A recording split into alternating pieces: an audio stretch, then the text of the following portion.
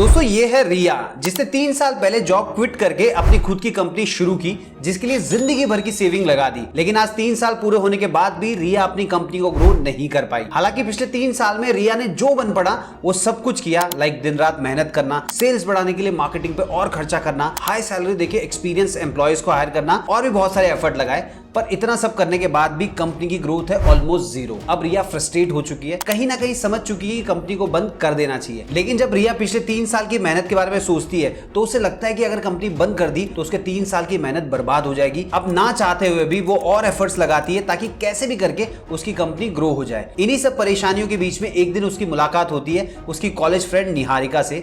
रिया ने निहारिका को अपनी सिचुएशन के बारे में बताया तो वो समझ गई कि जो रिया है वो संक कॉस्ट फैलेसी के चक्कर में अटकी हुई है। निहारिका कहती है कि देख, जो टाइम और एनर्जी तूने लगाई है वो ऑलरेडी जा चुकी है। अब जो चीज जा चुकी है उसके चक्कर में अपना फ्यूचर मत खराब कर, क्योंकि कभी कभी क्विट करना ही सबसे बेस्ट डिसीजन होता है। लेकिन रिया समझने के लिए तैयार ही नहीं है। उसका कहना है कि अगर उसने क्विट कर दिया तो उसकी सारी मेहनत बर्बाद हो जाएगी और सब उसे कहेंगे कर लिया बिजनेस, हमने तो पहले ही मना किया था। वो सबको कैसे फेस करेगी? निहारिका कहती है तू संक कॉस्ट फैलेसी के जाल में फंसी हुई है और इसी चक्कर में बड़ी बड़ी कंपनीज बर्बाद हो गई और कई सारी कंपनियों को नुकसान भी उठाना पड़ा। चल मैं तुझे 3 कंपनीज के एग्जांपल बताती हूँ और बाद में ये भी बताऊंगी कि कैसे आम इंसान भी इसके चक्कर में फंस जाता है। अब निहारिका ने रिया से क्या कहा ये तो मैं आपको बताऊंगा ही, लेकिन उससे पहले एक छोटी सी रिक्वेस्ट है। अभी तक आपने वीडियो को लाइक नहीं किया तो प्लीज लाइक कर दीजिए और नीचे कमेंट बॉक्स में लिख के बताइए इस वीडियो को आप कौन से स्टेट या कौन से सिटी से देख रहे हैं, ताकि मैं आपको दिल से थैंक्स बोल सकूं। सबसे पहली स्टोरी है कोका कोला की। 1985 में कोका कोला ने अपने कोल्ड ड्रिंक में बदलाव करने का सोचा और उसके बाद में मार्केट में लॉन्च किया न्यू कोक को। लेकिन दोस्तों इसका जो टेस्ट था वो कस्टमर को पसंद नहीं आया, जिसकी वजह से कोका कोला की सेल्स कम होने लग गई। न्यू कोक को बनाने में कंपनी ने बहुत एक्सपेरिमेंट्स किए थे,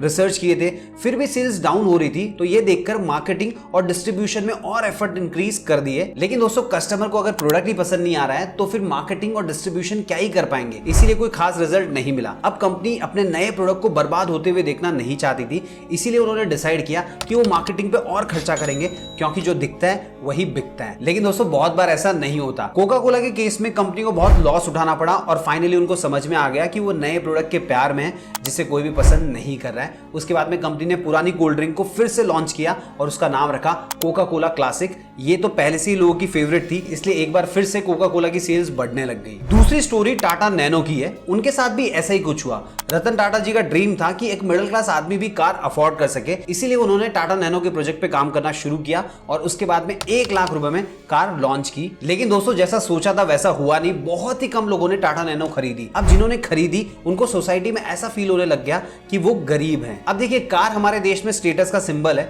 जिसके पास कार होती है लोग उसको पैसे वाला समझते हैं। टाटा नैनो का ऐसा परसेप्शन बन गया था कि ये गरीबों की कार है, तो कोई भी आदमी 1 लाख रुपए देके खुद को गरीब कहलाना क्यों पसंद करेगा? इसलिए टाटा नैनो की सेल्स लगातार गिरती जा रही थी। अब टाटा नैनो के प्रोजेक्ट पे टाटा मोटर्स ने हैवी इन्वेस्टमेंट किया था। साथ ही साथ में ये जो प्रोजेक्ट था वो रतन टाटा जी का ड्रीम प्रोजेक्ट भी था। इसलिए टाटा नैनो प्रोजेक्ट को बंद करने के बजाय ये फैसला लिया गया कि टाटा नैनो की डेवलपमेंट में और ध्यान दिया जाएगा, साथ ही साथ में नई तरीके से मार्केटिंग की जाएगी। वैसे क्या आपको पता था कि 1 लाख की गाड़ी बनाने में खर्चा 1 लाख से ज्यादा का आ रहा था? फिर भी ये डिसीजन लिया गया, लेकिन रिजल्ट वही निकला जो निकलने वाला था। उसके बाद में पैसों की कमी आने लग गई। टाटा मोटर्स के सामने 2 ऑप्शंस थे। पहला, पैसों को लगातार टाटा नैनो के डेवलपमेंट में इन्वेस्ट करते जाएं।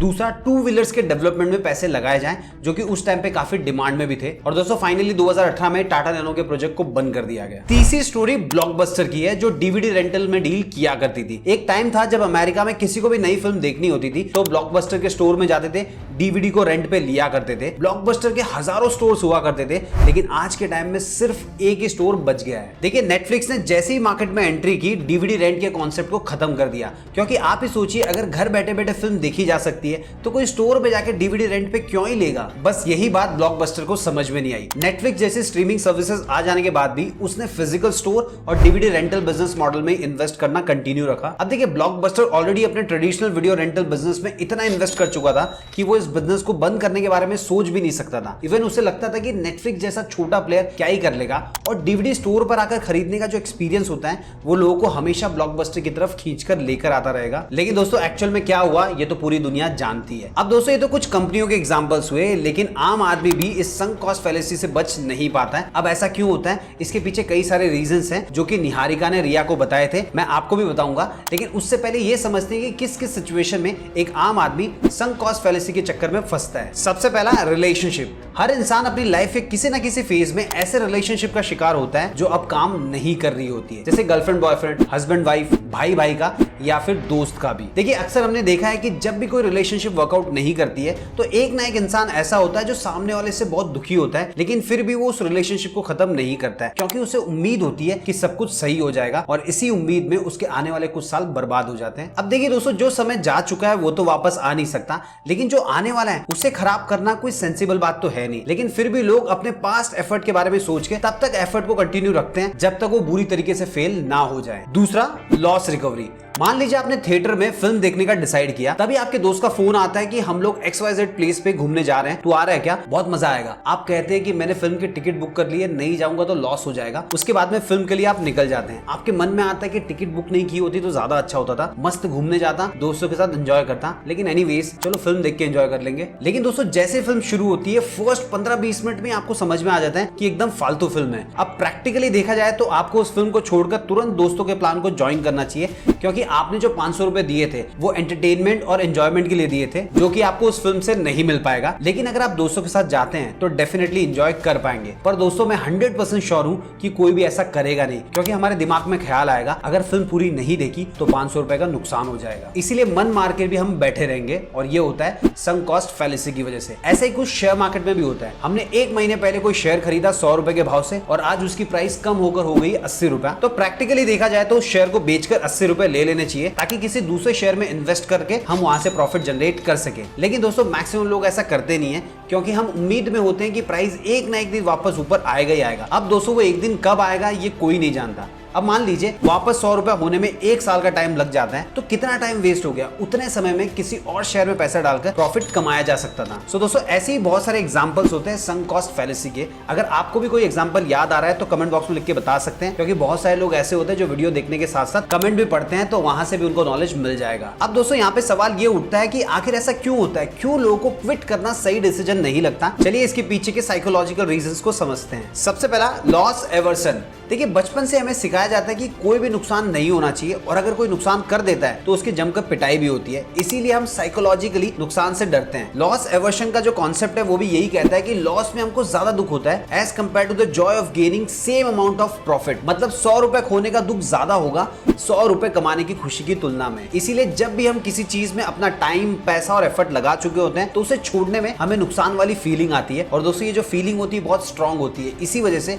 लोग असली फायदे और नुकसान के बीच में डिफरेंशिएट नहीं कर पाते हैं। दूसरा, इमोशनल अटैचमेंट। जब हम कोई काम शुरू करते हैं तो उसके साथ हम इमोशनली अटैच हो जाते हैं, जैसे कंपनी का नाम बच्चों के नाम पे रख दिया, माँ बाप के नाम पे रख दिया, भगवान के नाम पे रख दिया, या फिर कोई ऐसा काम शुरू किया जो करने का हमारा सपना था। अब दोस्तों ऐसी कंडीशन में हम फायदे और नुकसान के बीच में प्रॉपर्ली डिफरेंशिएट नहीं कर पाते। जब भी हमें लगता है कि चीजें सही नहीं हो रही है, अंदर से आवाज आती है, डोंट क्विट, यही तो तेरा सपना था, अरे कंपनी कैसे बंद कर सकता है, तेरे बच्चे के नाम पे, वगैरह वगैरह। तीसरा, सोशल फैक्टर्स। देखिए बहुत से लोग इसीलिए अपने गलत फैसले को घसीटते रहते हैं, क्योंकि उन्हें लगता है कि अगर उन्होंने क्विट कर दिया तो दुनिया वाले उन्हें कमजोर समझेंगे, उनके ऊपर फेलियर का टैग लग जाएगा। लेकिन दोस्तों यहाँ पे वो ये नहीं सोचते हैं कि सोशल इमेज बनाए रखने के चक्कर में वो जो काम कर रहे हैं उससे उनको कोई फायदा नहीं होगा, बल्कि लॉस ही होगा, और लॉस उनको ही उठाना पड़ेगा, दुनिया को कुछ भी फर्क नहीं पड़ता है। चौथा, ट्राइंग टू फील राइट। देखिए कोई भी आदमी गलत फैसले नहीं लेना चाहता, इसीलिए बहुत बार गलत को सही करने के चक्कर में लोग लगे रहते हैं, और जहां अटके होते हैं वहीं पे अटके रहते हैं। बेसिकली वो अपने दिमाग के साथ ही खेलते रहते हैं, जिसमें वो खुद को सही साबित करने में लगातार गलत फैसले लेते रहते हैं। पांचवा, ऑप्टिमिज्म। देखिए कभी कभी लोग अपने काम को लेकर कुछ ज्यादा ही ऑप्टिमिस्टिक होते हैं। उनको लगता है कि अगर वो थोड़ी और मेहनत करेंगे, थोड़ा और पैसा इन्वेस्ट करेंगे तो उनका काम चल पड़ेगा। लेकिन जरा सोच के देखिए, क्या कोई इंसान गलत डायरेक्शन में मेहनत करके सही रिजल्ट पा सकता है? फॉर एग्जाम्पल, आपको जाना है वेस्ट में, आप चलना शुरू करते हैं ईस्ट में, और फिर निराश होकर बोलते हैं कि जहां मुझे जाना है वहां मैं जा नहीं पा रहा हूं। उसके बाद में आप और एफर्ट लगाकर चलना शुरू करते हैं, तो फिर भी क्या आप सही जगह पे पहुंच पाएंगे? Answer is no. तो दोस्तों ऑप्टिमिज्म की वजह से भी लोग संक कॉस्ट फैलेसी का शिकार होते रहते हैं। छठा, नेवर क्विट मेंटालिटी। बचपन से हमारे दिमाग में ऐसी बातें डाल दी जाती है, नेवर क्विट, उठो, जागो, तब तक मत रुको जब तक लक्ष्य प्राप्त ना हो जाए। Consistency is the key to success. अब दोस्तों आप खुद इमेजिन कीजिए, एक इंसान है जो दीवार को हाथ से धक्का मार के पीछे करने की कोशिश कर रहा है लेकिन कर नहीं पा रहा है। अब अगर मैं उससे कहूं never quit, consistency is the key to success, धक्का मारते रहो, तो क्या वो कभी दीवार को हाथ से धक्का मार के पीछे कर पाएगा? Answer is no. और मान लीजिए अगर उसने कर भी लिया तो उसको सालों लग जाएंगे। वैसे दोस्तों क्विट ना करना सही बात है, लेकिन सिर्फ उस कंडीशन में जहां पे आपको आपकी मेहनत का थोड़ा बहुत रिजल्ट मिल रहा है। लेकिन अगर मेहनत करने के बाद में पास्ट में रिजल्ट नहीं मिल रहा था, प्रेजेंट में भी रिजल्ट नहीं मिल रहा है, तो फ्यूचर में भी नहीं मिलेगा। उम्मीद आप समझ गए होंगे संक कॉस्ट फैलेसी से क्या होता है। सो इसके जाल में आप ना फंसे, हमेशा कुछ अलग करते रहिए। फिलहाल के लिए आप सब्सक्राइब करके कुछ अलग कर सकते हैं। उम्मीद है वीडियो पसंद आया होगा। अगर वीडियो पसंद आया तो वीडियो को लाइक कीजिए, इस वीडियो को अपने सभी फ्रेंड्स, फैमिली मेंबर और जान पहचान के साथ शेयर कीजिए। मिलते हैं दोस्तों अगले वीडियो में फिर एक इंटरेस्टिंग टॉपिक के साथ।